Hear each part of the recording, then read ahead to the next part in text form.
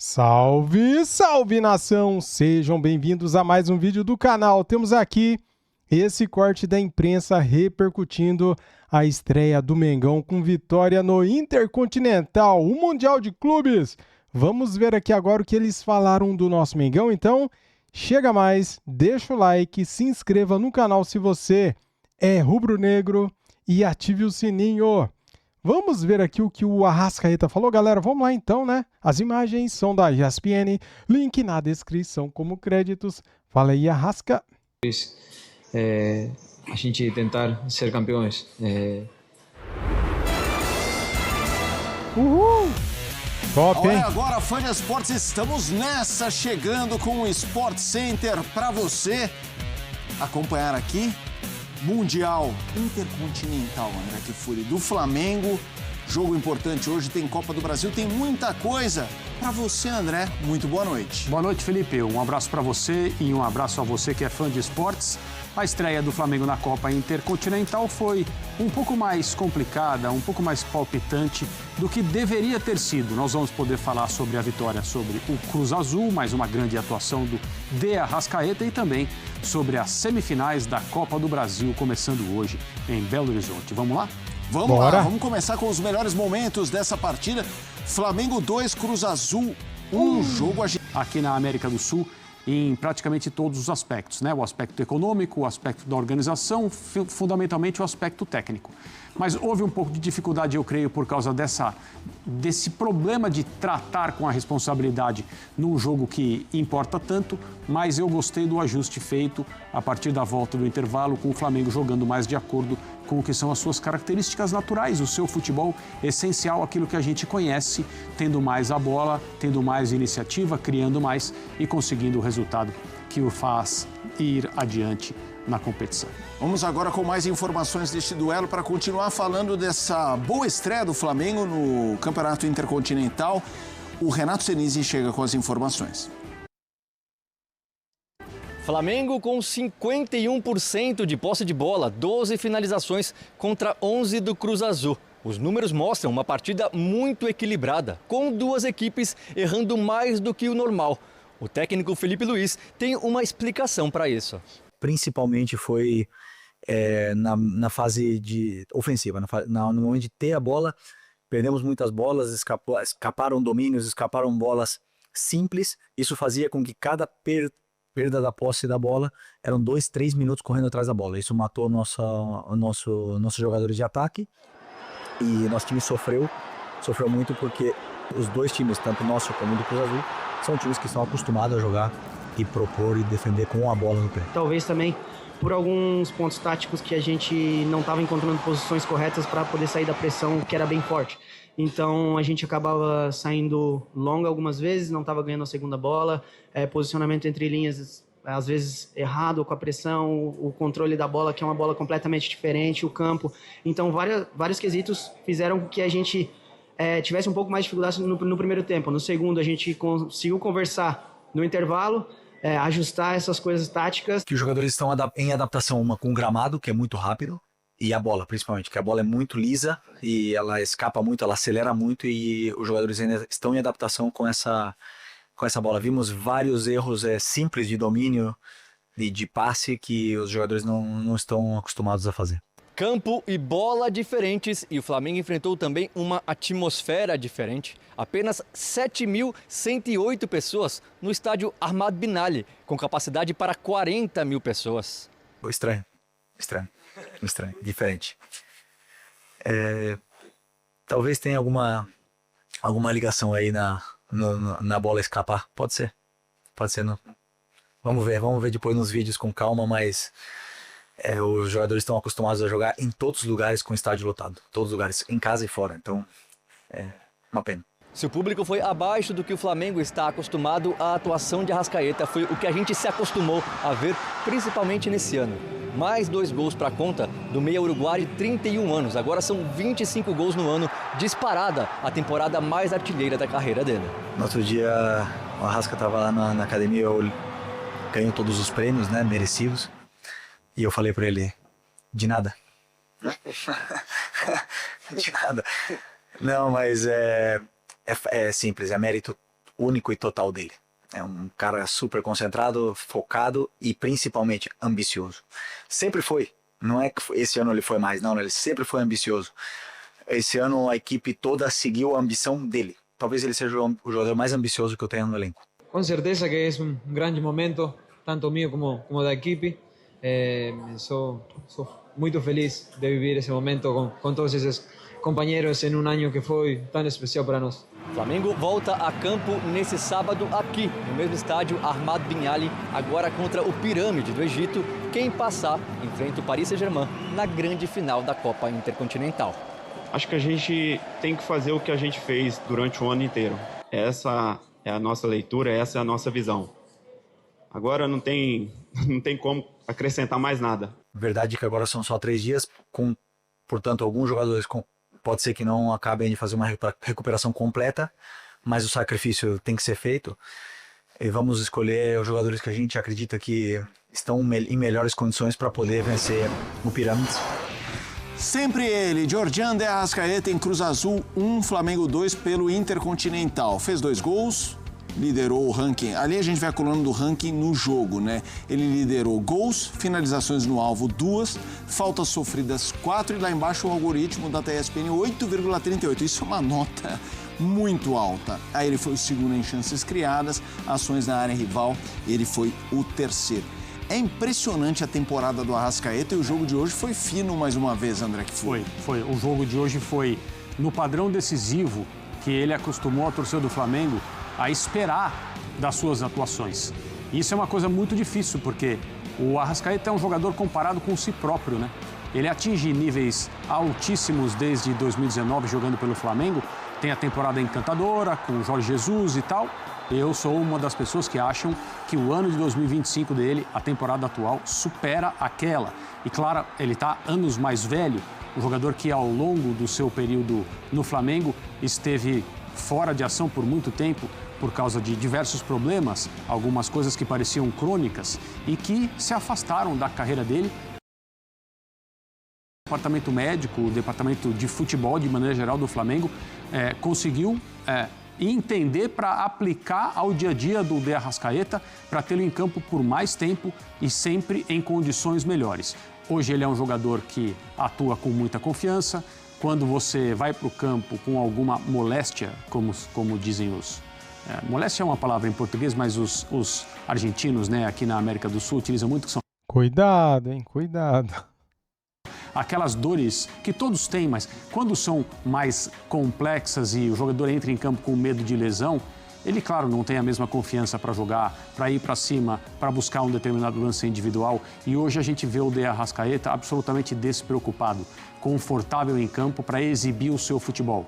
Quem ganha com isso são os seus companheiros de Flamengo, em última análise a torcida, evidentemente, mas o clube que tem um jogador assim à sua disposição para resolver jogos em que as coisas não parecem bem, hoje foi o caso, é um clube de muita sorte. O De Arrascaeta é um jogador distinto, como eu falei agora há pouco. A atuação de hoje com 2 gols mostrou mais uma vez por quê.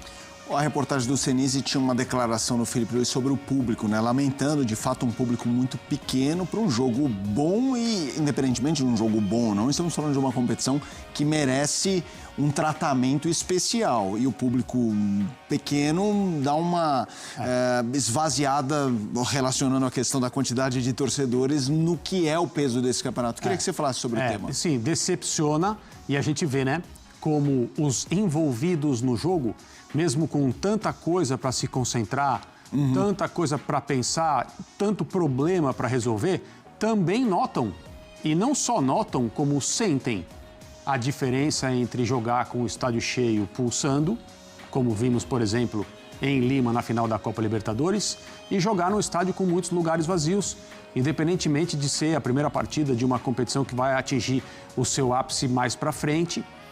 Espera-se da organização de um evento como esse, um torneio tão especial como esse, reunindo times de diferentes partes do mundo, que o interesse local esteja presente dentro do estádio. Não foi isso que aconteceu, coincidentemente e curiosamente, com o time mais popular da América do Sul, um dos mais populares do mundo, que é o Flamengo. A palavra do Felipe Luiz dizendo: os nossos jogadores estão acostumados a jogar sempre com o estádio cheio, é porque aqui no Brasil, por onde andam, na América do Sul, eventualmente também, a torcida do Flamengo comparece em peso, seja a torcida local, seja a torcida que viaja. No caso da estreia na Copa Intercontinental, não foi o que aconteceu e os rubro-negros notaram a diferença.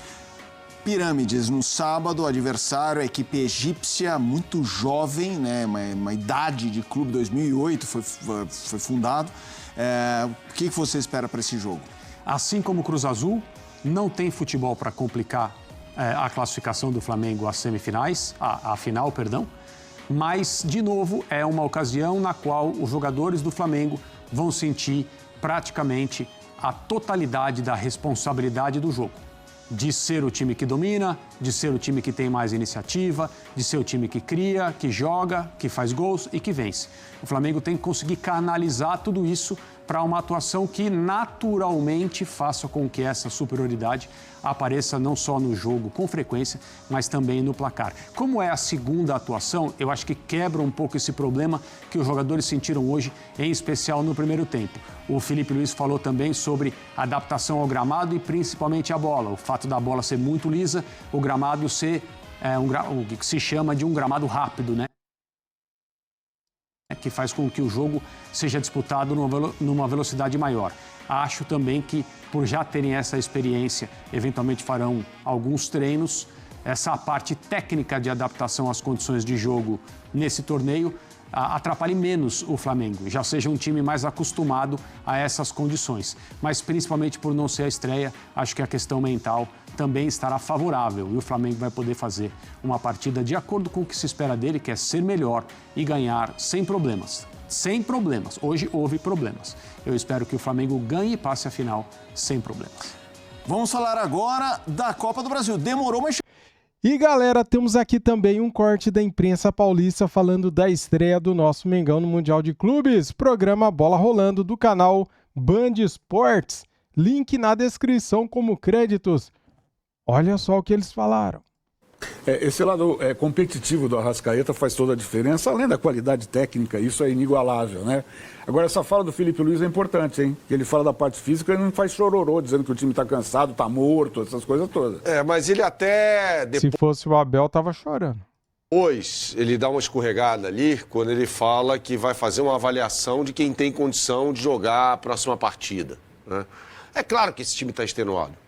É evidente, qualquer time estaria em final. Sim, mas ele não usa isso como um argumento. Tipo meu time está cansado. Não, ele não usou, assim, ele fala, como disse o Léo, né, anteriormente, né, no primeiro destaque dele. Ele falou que houve uma questão tática importante sobre a qual a gente vai falar mais aqui no programa, principalmente no primeiro tempo. Mas ele não usou essa desculpa, né? Ele poderia ter falado, fisicamente o time está morto, está pregado. Se tivesse prorrogação, eu até estava pensando, porque no final teve uma pressão meio desordenada ali do Cruz Azul e tal, com muita bola lançada sobre a área do Flamengo. Mas esses caras vão morrer, pensei. E estava todo mundo pregado, assim. Você via os jogadores, assim, o Arrascaeta. E tem uma coisa, né, Berna? Tem a questão do voo, o jet lag, a diferença de fuso horário, cansaço também pelo voo, além dos jogos e tal. Mas o bacana do Felipe Luiz é que ele não usou isso como desculpa, como argumento. Era o jogo de número 76 do Flamengo na temporada. Nessa altura, é lógico que o fator físico vai pesar bastante, mas eu acho que ele não foi o número 1. Eu tô com o Felipe Luiz nessa, para mim, a parte tática foi preponderante aí para o primeiro tempo do Flamengo ter sido muito abaixo. As alternativas encontradas pelo Nicolás Larcamón, técnico do Cruz Azul, foram muito interessantes. Ele conseguiu tirar do jogo os dois laterais do Flamengo, subir pressão, encaixar, forçar que o Flamengo utilizasse a bola longa, o que com o Pedro de fora é mais difícil para o Flamengo, porque não há aquela alternativa do pivô para o 9 segurar de costas para alguém vir de trás. Essa bola tem que ser no espaço e a leitura dos zagueiros do Cruz Azul no momento de defender a profundidade, o que não é algo tão comum, é um time que toma muitos gols a partir disso, foi muito boa. É um time que sobe pressão constantemente, mas às vezes o cara que tem a bola fica livre, a pressão não chega e ele consegue fazer um lançamento nas costas da última linha do Cruz Azul. Isso não aconteceu no primeiro tempo, mérito da equipe mexicana, que soube duelar muito bem com o Flamengo. Alguns ajustes foram feitos para a segunda etapa, alguns ajustes de posicionamento, outros de peças, com a entrada, por exemplo, do Plata no lugar do Samuel Lino, que não fez um grande jogo hoje. Até cantou a pedra ontem, quando falou sobre o posicionamento do Piove, né, que foi o jogador que cometeu esse erro. O Piove avança e o Rotondi fica bem mais liberado para atacar. O Rotondi, para mim, fez um primeiro tempo de almanaque hoje. Uma partidaça. A gente destacou esse jogador aqui, que passou pelo Defensa e Justiça.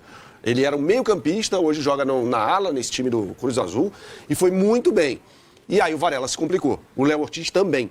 Os dois jogadores do primeiro tempo se complicaram mais, principalmente o uruguaio, né? Então eu destaco essa jogada, ofensivamente, essa jogada do time mexicano, que não à toa faz um gol com outro ala também, né? O Sanches, né? Um jogador que sai da ala, né? Então os caras estavam chegando o tempo todo ali e uma marcação muito forte. O Sócrates falava uma coisa, o Sócrates era um craque, um pensador do futebol. E por isso que eu bato na tecla de cansaço hoje, porque você via as duas equipes errando passes assim de 2 metros, né? O Flamengo, os jogadores do Flamengo, Jorginho, Carrascal, errando passes que eles não erram normalmente. Então... Para o Felipe Luiz, a diferença é que não tinha torcida, né? Tinha 7 mil pessoas só. E a bola é mais rápida e lisa, né? Para o Felipe Luiz. Eu acho que passa por isso também, apenas um achismo. Os mais jovens não sabem o que é sintonia fina, mas assim, antigamente a gente tinha um rádio com um botãozão, você tinha que ir virando o ponteiro ia encontrando a estação. As emissoras eram chamadas de estação de rádio. E aí até você chegar, você ia calculando a sintonia fina, que chamava. Aí você conseguia grudar na rádio lá para poder ouvir, né? Sua música, seu locutor, enfim. Isso que era chamada de sintonia. Mas isso há muito tempo, Viva. Eu sei. Não é da sua idade. Não, de maneira nenhuma. Agora, vamos combinar. O Flamengo passou pelo primeiro teste, bem ou mal, na empurrância, como o Ivan fala, o Ricardinho Martins costuma falar, né? E a gente tem números que mostram exatamente como é que foi o desempenho, não só do Flamengo, mas do Cruz Azul também. Coloca aí, Chiquinho, por favor. Números da partida, posse de bola, Flamengo 51%. Finalizações 11, 5 no gol. Cruz Azul teve 11 também, mas só 3 chegaram no Rossi. Grandes chances de gol. O Flamengo teve 3, enquanto que o Cruz Azul, 1 chance. Esses números são do SofaScore. Escanteios 4-4, passes muito parecidos, faltas também, há um equilíbrio 18-17. Enfim, esses são os números da partida. E a gente tem números também, é do Arrascaeta, é isso? Põe a outra tela aqui, que mostra o destaque do jogo Arrascaeta, exatamente por onde ele circulou, chamado mapa de calor. Jogou 81 minutos, marcou 2 gols, 2 finalizações, as duas on target, como o Bernardo Ramos costuma dizer. Passes decisivos, 2 passes, dribles certos, 2 em 2, duelos ganhos 7 em 8, desarmes. Quer dizer, os números do Arrascaeta são simplesmente espetaculares. É uma temporada espetacular dele, assim, chama a atenção justamente pelo número de jogos dele na temporada, 67 jogos, é muita coisa. Então é um jogador que continua sendo decisivo e determinante. Embora, no lance do segundo gol, pra mim ele tinha de ter chutado direto. Ele tenta o passe... Ah, cara, você vai reclamar do jeito que o cara fez o gol. Meu, dá licença, né? Eu iria reclamar se ele não fizesse o gol. Agora o cara faz o gol. Ah, é porque o certo... Ah, dane-se o certo. O gol... O cara fez o gol, cara. O gol saiu. Para o Bruno Henrique. Ele recebe um passe do Cebolinha. O Cebolinha entrou bem no jogo. Espetacular, né? E aí ele se vê cara a cara com o goleiro, o Dinho, né? E aí ele tenta o passe para o Bruno Henrique. Ele tenta dar assistência. E aí é rechaçado pelo zagueiro mexicano. A bola sobra para ele e ele finaliza de novo. Ali eu acho que era para chegar chutando. De repente faltou um pouco de apetite para ele naquele lance, embora no final ele tenha acertado o gol, né? Sobre os números que a gente mostrou ali, a gente mostrou a estatística final, né? Mas se a gente for dividir pelos tempos do jogo, 54% para o Cruz Azul, 46% de posse de bola no primeiro tempo. Na segunda etapa, isso se inverte. 56% de posse de bola para o Flamengo, 44% para o Cruz Azul. Nem sempre o time que tem mais posse de bola é o melhor no campo, mas acho que representa bem como o jogo teve 2 tempos distintos. No primeiro, a equipe mexicana foi melhor, no segundo, o Flamengo foi melhor. Ivan, e o Jorginho, hein? O Jorginho sempre é um jogador importantíssimo no meio campo, né? Cara, se o Jorginho, claro, ele é brasileiro, mas ele jogou por muito tempo pela seleção italiana também. Mas se ele tem essa condição de jogar pela seleção brasileira, ele disputaria a próxima Copa do Mundo. Ele tem um passe assim, uma visão de jogo, ele clareia em muitas oportunidades. Você vê que a construção do Flamengo passa por ele o tempo inteiro e não poderia ser diferente, embora o Pulgar saiba jogar também. Mas é impressionante. E nós estamos falando de um atleta com 38 anos. E ele joga o fino da bola. Não é 38, desculpa. Não, ele tem 33 ou 34. 33. É bem mais jovem. Eu acho que não só essa Copa do Mundo, ele teria disputado algumas. Algumas, claro. Peraí, deixa eu... Ele seria, potencialmente, aí, o substituto pro Bruno Guimarães, eu acho. Ele foi naturalizado italiano, é isso? 33 anos. Desculpa, 33. Mas não dá pra fazer que nem o Mazzola. É que Desculpa, 33. Eu falei certo, 33. É essa a idade do cara, velho. Mazzola foi brasileiro e virou italiano. Ele também. Ele é brasileiro e virou italiano, né? E então, o Mazzola jogou nas duas, jogou no Brasil. Mas primeiro no Brasil, depois na Itália, né? O Jorginho já saiu daqui direto pra E Itália. assim, você vê a movimentação do Jorginho em campo, parece que ele tá em praticamente todos os lugares ali. Ele tá sempre próximo de quem tá ali com a bola. E, cara, a forma como ele se posiciona, a forma como ele lê o jogo, é um jogador muito acima da média. Essa é uma diferença que o Flamengo tem com relação ao Palmeiras, tá? Palmeiras contrata e paga caro em jogadores que são promissores. Ele conseguiu trazer o Vitor Roque, quem mais aí com esse status? Andreas Pereira. Andreas Pereira, pra mim, já é um jogador estabelecido. Sim, exatamente. Agora, você vê, o Flamengo ele aposta no Alexandro, no Danilo, no Jorginho, em jogadores mais experientes, mais prontos, né? E o Jorginho, sem dúvida nenhuma, é um cara que até outro dia estava jogando em alto nível na Europa. Mas aí é terceiro melhor do mundo em 2021. Fez uma grande Euro pela Itália. Agora, isso é perfil de contratação, né? E de acordo com a política de cada clube. Até porque se o Palmeiras entrar nessa política de contratação, ele não vai conseguir competir com o Flamengo por muito tempo. O prazo de validade dos jogadores do Palmeiras precisa ser muito maior para que eles tragam um retorno esportivo e, de repente, até um retorno financeiro lá na frente. Como o Flamengo já fatura mais e ele não precisa, tanto quanto o Palmeiras, dessas vendas, ele consegue investir nesse tipo de jogador. Jogadores prontos. Muito bem, galera. Tá aí, esse foi o corte aqui do programa Bola Rolando, do canal Band Esportes. E aí, o que vocês acharam da estreia do Flamengo nesta Copa Intercontinental, o Mundial de Clubes? Primeiro tempo, na minha opinião, o Flamengo deixou a desejar, né? Jogou bem abaixo do que pode. No meu react lá, eu fiquei possesso. Cara, eu enlouqueci com o gol que o Flamengo tomou. Assista o meu react. Eu enlouqueci, cara. Meu, eu não aguento mais essa saída de bola, cara. Sabe, quando o time adversário tá ali agredindo, pressionando, e eles querem sair tocando no meio de um monte de jogadores adversários, e daí alguém erra, alguém toca errado. Eles não tiram a bola da defesa, e daí a gente toma o gol. Cara, a gente chegou no Mundial de Clubes mais uma vez. Pra tomar um gol assim, cara, com erro de saída de bola. Ah, pelo amor de Deus, né? Haja paciência. Eu não tenho mais paciência, cara, com essa saída de bola. Pelo amor de Deus, cara. É muito estressante, galera. Assista o meu react, eu fiquei louco, tá bom? Muito obrigado a todos vocês inscritos do canal. Deixa o like, se inscreva no canal e ative o sininho. Valeu, fui!